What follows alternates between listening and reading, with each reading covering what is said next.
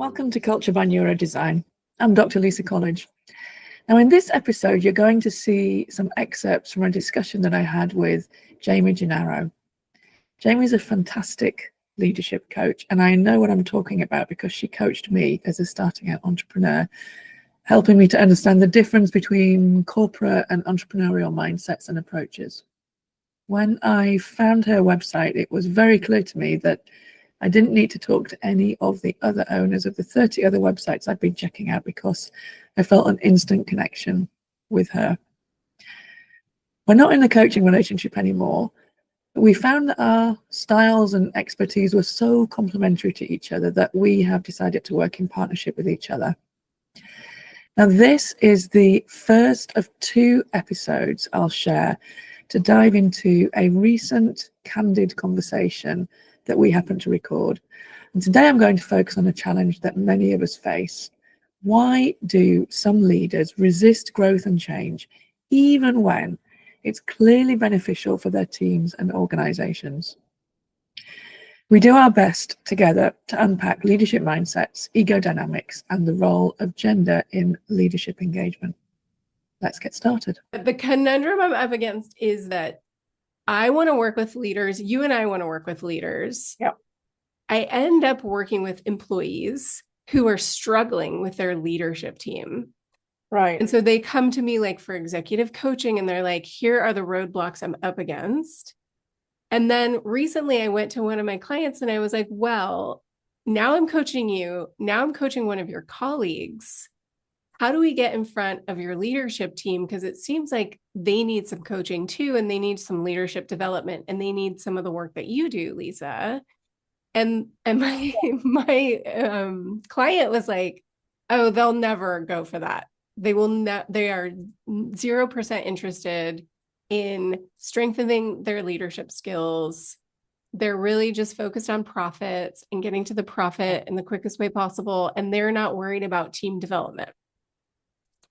So I'm curious what your thoughts are on this, because of course, like her perspective was, these are a bunch of old white guys. They're not trying to move the needle or make impact with people. And so this, to me, feels like this roadblock to working with leaders, right? Yeah. I mean, in all honesty, the people who are engaging more with the messages that I'm putting out are women. So I think that, you know, what seems to me like a no-brainer approach, much more forward-looking approach than just focusing on profit approach of investing in your team and making sure that your team is doing good stuff and that they can actually work together and not against each other and reinforce each other. That's something which seems to make sense to women. And maybe it's a competitive advantage for women's leadership. And for whatever reason, it seems not interesting or not intuitive or not a worthwhile investment for the guys. I mean, generalizing, hugely hate to generalize so much, but in broad strokes, I think that is true. Jamie's experience is probably recognizable by many of us, but what's behind this resistance? Is it generational, cultural, or something deeper? In the next section, you'll see us talking about leadership ego, the reluctance to admit needing help, and outdated views on management. I still don't understand why the men, like, in general, don't seem interested, because it's one investment that you make in your people. And from my perspective, it's not upskilling the individual, but connecting them more effectively together. So it's one investment that you make in your people, and that amplifies whatever metric it is that you're interested in, like whether you're interested in being more innovative or whether you're interested in having a better retention rate and not spending so long on getting new talent in and onboarding them, or whether you're interested in productivity or the quality of your products or having fewer bugs, or it doesn't really matter what it is. All of the metrics go up because your people are able to perform better. So it's just difficult for me to understand why there seems to be this, I don't know if it's resistance, but this gap anyway in male leaders who are looking at it. And it does seem to be more women who are looking at this it's like one solution with multiple benefits. Maybe that's okay. Maybe that just is a competitive advantage that women can have in terms of their own leadership style. Yeah. Maybe we should focus on the women leaders and not try to fight to like get attention from the men. I don't know. It's a tricky question. And Yeah. I don't feel like I understand properly the reason for the disinterest. Yeah. And I don't know if it's that there are some people who are ready to make the change into up-leveling their leadership.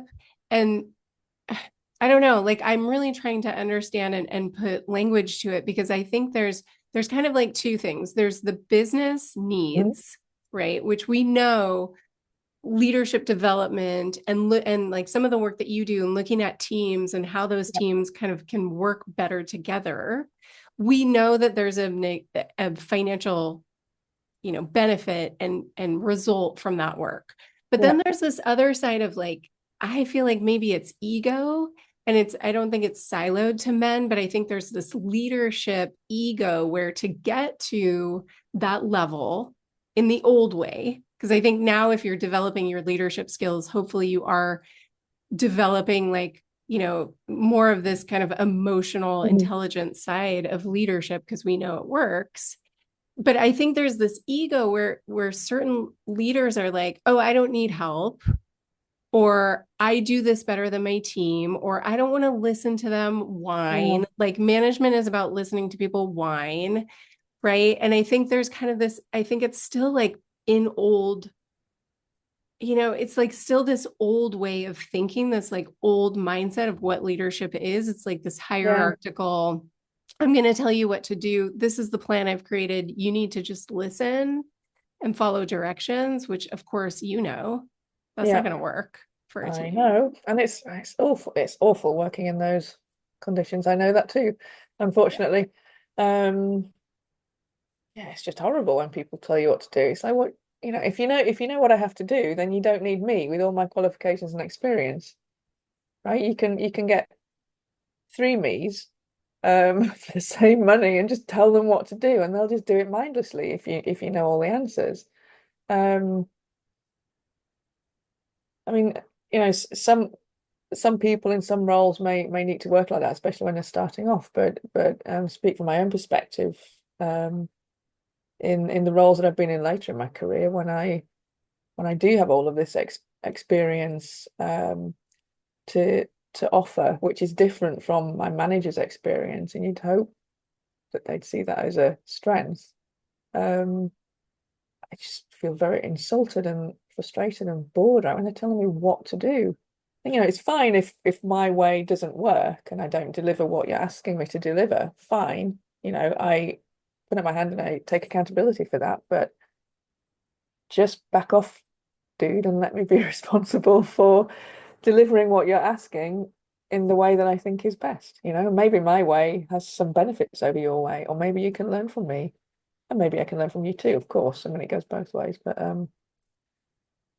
yeah, Yeah. This is just such a big struggle I come up against in my work. And then, I really want to help support leaders' growth, but they have to be willing and desire that, right? Like they have to want to change. And I think the yeah, problem is the leaders who are the ones who are the most toxic and the ones who create these environments where people leave. The problem is they're not the ones reaching out or no. seeking They think, support. they think that they know all the answers and their way is the only way, and this is how it has to be done, um, and not any other way. Oh, that can be so frustrating.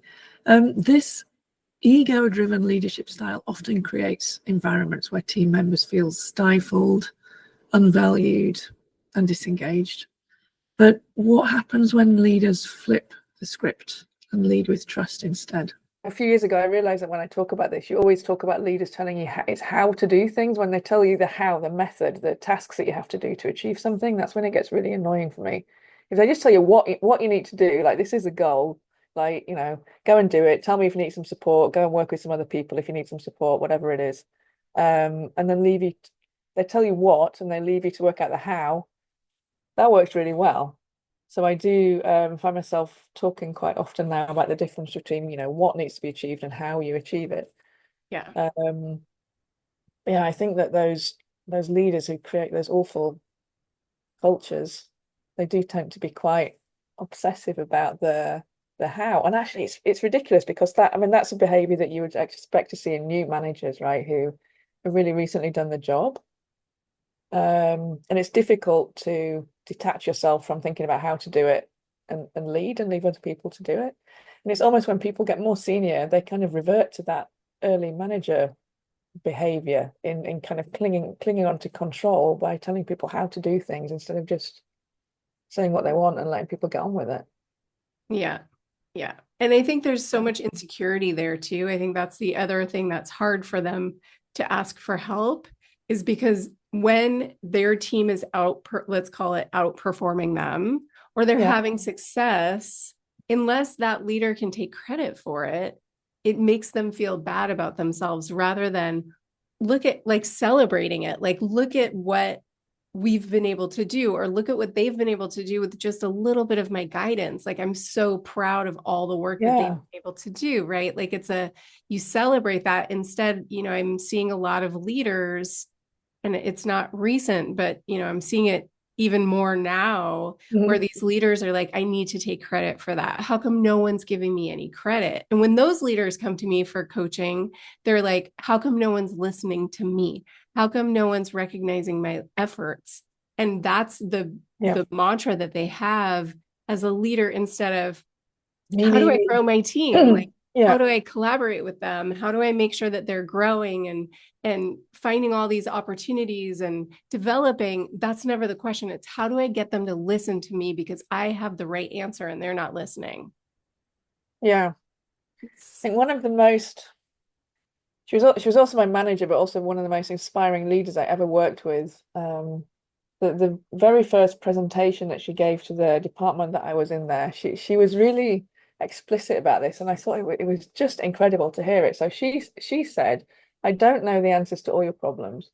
I don't know them, but I don't need to know all the answers because you all know them, right? You all have this expertise and these skill sets and these experience."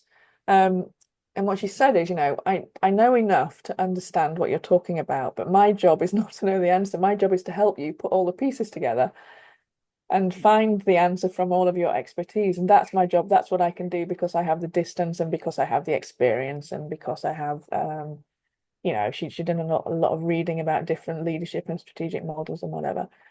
So she was really explicit about that difference. And she didn't even attempt to try to know all of the details that everybody in the team knew.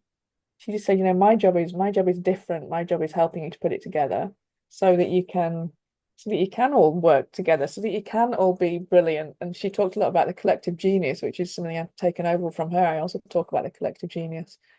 But that was I remember when she said it thinking, what are you talking about? Because it was such a new thing to hear at the time. Really quite shocking, honestly. Very different from the kind of typical style of leadership, like you say, which is like me, me, me, I know the answer. But it's, a couple of minutes later, you think, my goodness, this is incredible. I don't have to fight for my opinion. I don't have to fight for my expertise. She's just going to listen to me and she's going to help me to put it together with other people's expertise that I don't have and Right. make it even better. And Yeah. that's what she did, and it was a wonderful place to work, really personally fulfilling and really successful. I think it took a lot of courage for her to do that as well, honestly. She never said so, but that's my opinion from having worked there a lot. But yeah, it was great. I think you're right. I think that's a really good word to use, because I think it's something that makes it hard when you're that leader that's not following the party line, let's say, Yeah. and you're going off on your own trying to motivate and get people kind of, working together in the most optimal way. And there are a lot of battles that those leaders have to fight on the other side of the table, right? Like to advocate for that team or to advocate for that way of working, because it might be like a slower build. It might not turn the result tomorrow, but it's going to turn bigger results over the longer term. And I think you're right. Like it takes a level of courage. And I think what I see a lot is when people are up against those leaders or board of directors or the C-suite that maybe is not on the same, page as that leader, what I see is a lot of leaning out, especially now, like post COVID and all of that. I just see people going, well, you know what? I'm not going to be able to fight this battle. Like I'm not winning this fight. Nobody cares. Nobody cares to shift the way they're working. Nobody cares about my team. So rather than push and fight, I'm going to lean out. And it starts feeling like that those are the only options. Like I'm either going to fight or I'm going to lean out, or I'm going to lean so far out that I'm going to quit. But I think more often than not lately, people are just like, I don't want to fight anymore. So I'm just going to lean out, even though I'm so usually tired. a good leader, Yeah.